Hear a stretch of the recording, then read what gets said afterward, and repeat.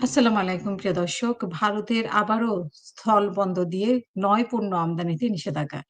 এই নিষেধাজ্ঞা নিয়ে ৩ মাসে ৩ নিষেধাজ্ঞা। এর আগে আমরা দেখিয়েছি যে ১৭ই মে স্থলবন্দর দিয়ে ভারতে ভারতে তৈরি পোশাক, প্রক্রিয়াজাত খাদ্য, প্লাস্টিক ইত্যাদি আরো অনেক কিছু ফলের স্বাদযুক্ত পানীয় এগুলো নিষেধাজ্ঞা দিয়েছে।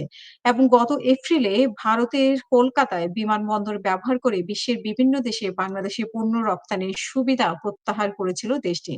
এবং সর্বশেষ আমরা ২৭শে জুন দেখতে পাচ্ছি যে ভারতের বৈদেশিক বাণিজ্য অধিদপ্তর থেকে এক বিজ্ঞপ্তিতে বলা হয়েছে, বাংলাদেশ থেকে স্থলবন্দর দিয়ে ৯ ধরনের পণ্য আমদানিতে নিষেধাজ্ঞা আরোপ করেছে।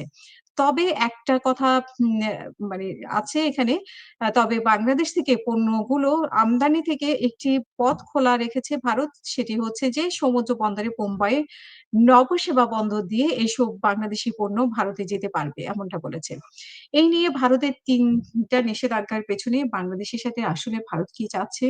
ভারত মুখে বলছে যে সম্পর্কটা ভালো রাখতে চাচ্ছে। কিন্তু আমরা দেখতে পাচ্ছি যে একের পর এক চাপের মধ্যে রাখছে। সেখানে স্বাভাবিকভাবে প্রশ্ন ওঠে যে ভারত আসলে বাংলাদেশের সাথে ভালো সম্পর্ক চাচ্ছে না, বাংলাদেশে এই সরকারকে, বিশেষ করে এই সরকারকে চাপের মধ্যে রাখতে চাচ্ছে এবং অন্তর্ভুক্তিমূলক নির্বাচনের কথাও বারবার ভারত বলে আসছে এবং সেখানে আওয়ামী লীগকে নিয়ে অনেকের সন্দেহ হচ্ছে যে ভারত আবারও আওয়ামী লীগকে বাংলাদেশের রাজনীতিতে দেখতে চায়। এইজন্যই এবং বা অন্য কোনো কৌশল আছে, বিএনপিকে আ ক্ষমতায় আনতে চায় তাড়াতাড়ি নির্বাচনের মাধ্যমে, তারপরে তারা তাদের অন্য কৌশল অবলম্বন করবে।